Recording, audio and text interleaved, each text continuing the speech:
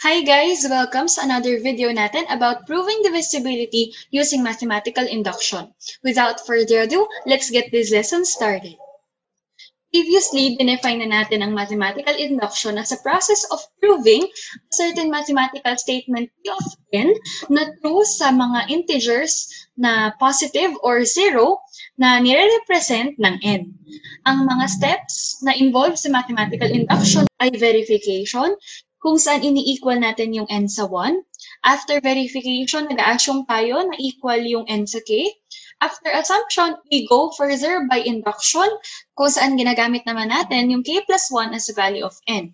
And finally, kung true ang verification, assumption, at induction parts, we will have to conclude that the mathematical statement P of n is true for all non-negative integers. So, previously nakapag-example na tayo. Kung di mo pa napapanood yung video na yun, ilalagay ko yung link dito sa upper right corner ng video natin. Dahil dito, example 2 na ang ating isosolve. Dito, ipoprove natin na yung statement na 5 to the n minus 3 to the n ay divisible sa 2 for all non-negative integer n. Or in other words, ganito natin siya isusulat as symbol. 2 muna yung number kung saan divisible, tapos a vertical line, and then we have 5 to the n minus 3 to the n. Again, the first step is to verify. We will use n equals 1, tapos substitute lang natin sa n. Tingnan natin kung ang sagot ba talaga dito ay divisible sa 2. Tandaan ha, para masabing divisible sa 2, kailangan yung number, kapag dinivide natin sa 2, sabihin natin 10 divided by 2. The answer is 5. Eksaktong 5 ang sagot, walang remainder. So, yun yung ibig sabihin ng divisibility. So, dito, dahil 1 ang ating value ng n, we have 5 to the 1 minus 3 to the 1 all over 2. Subukan natin. 5 to the 1 is 5. 3 to the 1 is 3 over 2. 5 minus 3 is 2 over 2. That is 1. So, sa verification, isang exact integer yung ating naging sagot, which is 1. May mga ibang pagkakataon na hindi 1 yung sagot dito sa ating verification. Minsan 5, minsan 7. Basta kung divisibility yung ating pinag-uusapan, ang mahalaga dito, walang magiging remainder kapag dinivide mo yung numerator dun sa ating divisor. Next step natin is to assume that n is equal to k.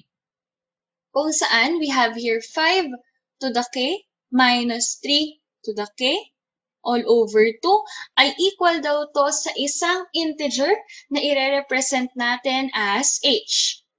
Again, dito, pag tayo ay nagre-represent, we can use any variable basta hindi n at k dahil nagamit na natin yon sa ating proof. So dito, h here is an integer answer. Ibig sabihin, hindi siya fraction or hindi siya decimal. Kailangan integer siya na magiging sagot kapag dinivide mo tong 5 to the k minus 3 to the k sa 2. Tulad ng ginawa natin sa example 1, i-isolate natin itong numerator. To do that, we will multiply the entire equation by the denominator, which is 2. Para mawala yung denominator, ito ay 5 to the k minus 3 to the k na lang. And then we have here 2h. Sa ngayon, dito muna tayo tumigil ng pag-assume. I-label natin to as equation 1. And please copy this one dahil gagamitin natin itong equation 1 pag tayo ay nag-i-induction step na doon sa ating step 3. Next, for step 3, we will use k plus 1. Tapos, itong k plus 1 na to ang ating ipapalit doon sa mga n sa ating 5. Instead of writing n, k plus 1 na. Same goes with 3, k plus 1. Kapag daw ito ay dinivide natin sa 2, kailangan maging integer din ang sagot. So, dito, gamitin ulit natin yung m. Again ha, we will choose a different variable kasi nagamit na natin yung k, yung n, tsaka yung h. Dito, m naman, or pwedeng p, a, b. It depends upon you, basta hindi pa nagagamit yung variable na yon sa proof mo. Like what we did kanina, we will multiply the entire equation by 2. So this will now be 5 raised to k plus 1 minus 3 raised to k plus 1 equal to 2m. Tulad ng ginawa natin sa example 2, kailangan ang maging ending ng ating proof is naka-equal itong ating right side sa left side na ganito ang itsura. 2 open parenthesis something something. Kasi para masabi natin na yung isang number ay divisible sa 2, kailangan kapag kinuha natin yung factors niya, isang 2 at any number. Kumbaga, kung gagamitin natin yung side example kanina na 10 over 2 is equal to 5, masasabi natin na ang 10 ay divisible sa 2 dahil ang 10 ay equal sa 2 times 5. Isa sa mga factors ng 10 ay 2, kaya itong 10 ay divisible sa 2. Ganon din yung ating premise dito sa ating step 3. Kailangan itong ating left side ay maging 2 open parenthesis an expression, tapos close parenthesis na naka-equal sa ating right side na 2m. So to do that, ang gagawin natin ay kailangan nating paghiwalayin itong k plus 1 at itong k, and we can only do that using the laws of exponent. Such that, kung meron tayong a to the n na nakamultiply sa a to the m, the laws of exponent tells us na kakopyahin lang natin yung base, tapos i-add natin yung exponent. Ang gagawin natin dito sa step 3 induction, pabalik. Para mapaghiwalay natin tong k plus 1, we will write it as 5 to the k, tapos nakamultiply sa 5 to the 1. Same goes with 3. This will be 3 to the k times 3 to the 1. Since sa exponent 1 laman naka-raise tong 5 tsaka tong 3, pwede na nating i-remove yon, tapos i-rewrite na lang natin na una sila. Pagpalitin natin ang pwesto. Tapos ito ay 5 to the k. Same goes with the other one. This is 3 to the k to m.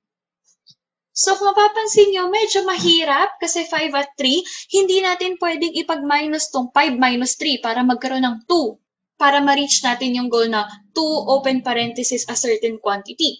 So dito, dapat wala pa rin tayong mag-break na rule ng mathematics dahil hindi natin obviously pwedeng ipag-minus ng 5 at 3 kasi nakamultiply yung 5 sa 5 to the k, tapos yung 3 nakamultiply din sa 3 to the k. Instead, we have to make a way para magamit natin yung equation 1. Recall natin na yung equation 1 ay 5 to the k minus 3 to the k equals 2h.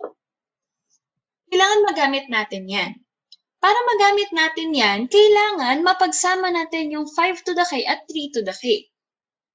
Okay, so para mapagsama natin yung 5 to the k at 3 to the k, kailangan ma-factor out natin, kumbaga mapagsama natin sila sa isang parenthesis tapos may number dito sa labas. Kailangan same sila ng coefficient, kumbaga, or multiplier. Dito, obviously, hindi naman magkapareho kasi isang 5 tapos isang 3. Hindi natin pwedeng ma-factor outan ng same number. So instead, itong 5 na to, we will write it as 2 plus 3. Kumbaga, parang gumamit lang tayo ng ibang way to write 5. Instead of writing 5, we wrote it as 2 plus 3. Bakit kaya 2 plus 3? Later, we'll find out. Since 2 plus 3 ito, yung 5k, i-distribute natin sa 2 at 3. So, sa 2 muna, makakabitan siya ng 5k. Tapos, plus 3, makakabitan din ito ng 5k. Minus 3, and this is 3 to the k equals 2m. I-write lang natin dito. At i-write natin din yung equation 1. We have here 5 to the k minus 3 to the k equals 2h. So kung mapapansin natin, itong 5 to the k na nakamultiply sa 3, tsaka itong minus 3 times 3k, pareho na silang may 3 as multiplier. So pwede nating i-factor out yung 3. This is 5 to the k minus 3k.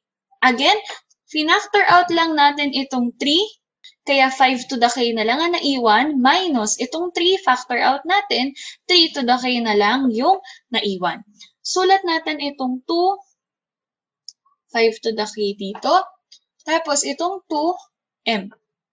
Next, gamitin natin itong equation 1 na nakuha natin from step 2, kung saan itong 5 to the k minus 3k pwede daw nating palitan ng 2h.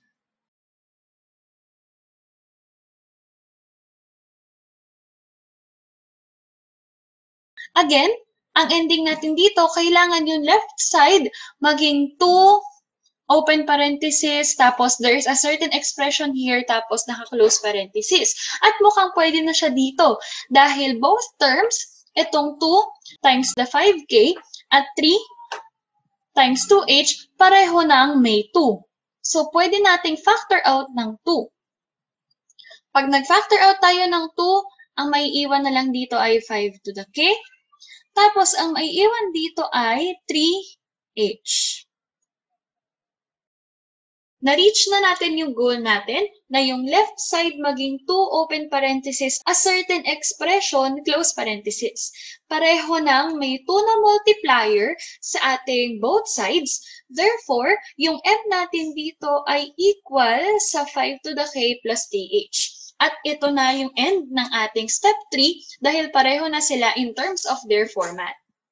So for step 4, we can now conclude dahil sa step 1, nung n equals 1, yung 5 to the n minus 3 to the n ay talagang divisible sa 2. Tapos, nung ating step 2, inassume din natin na yung 5 to the n minus 3 to the n ay divisible sa 2. At na-prove na rin natin yung ating step 3, k plus 1 as the value of n.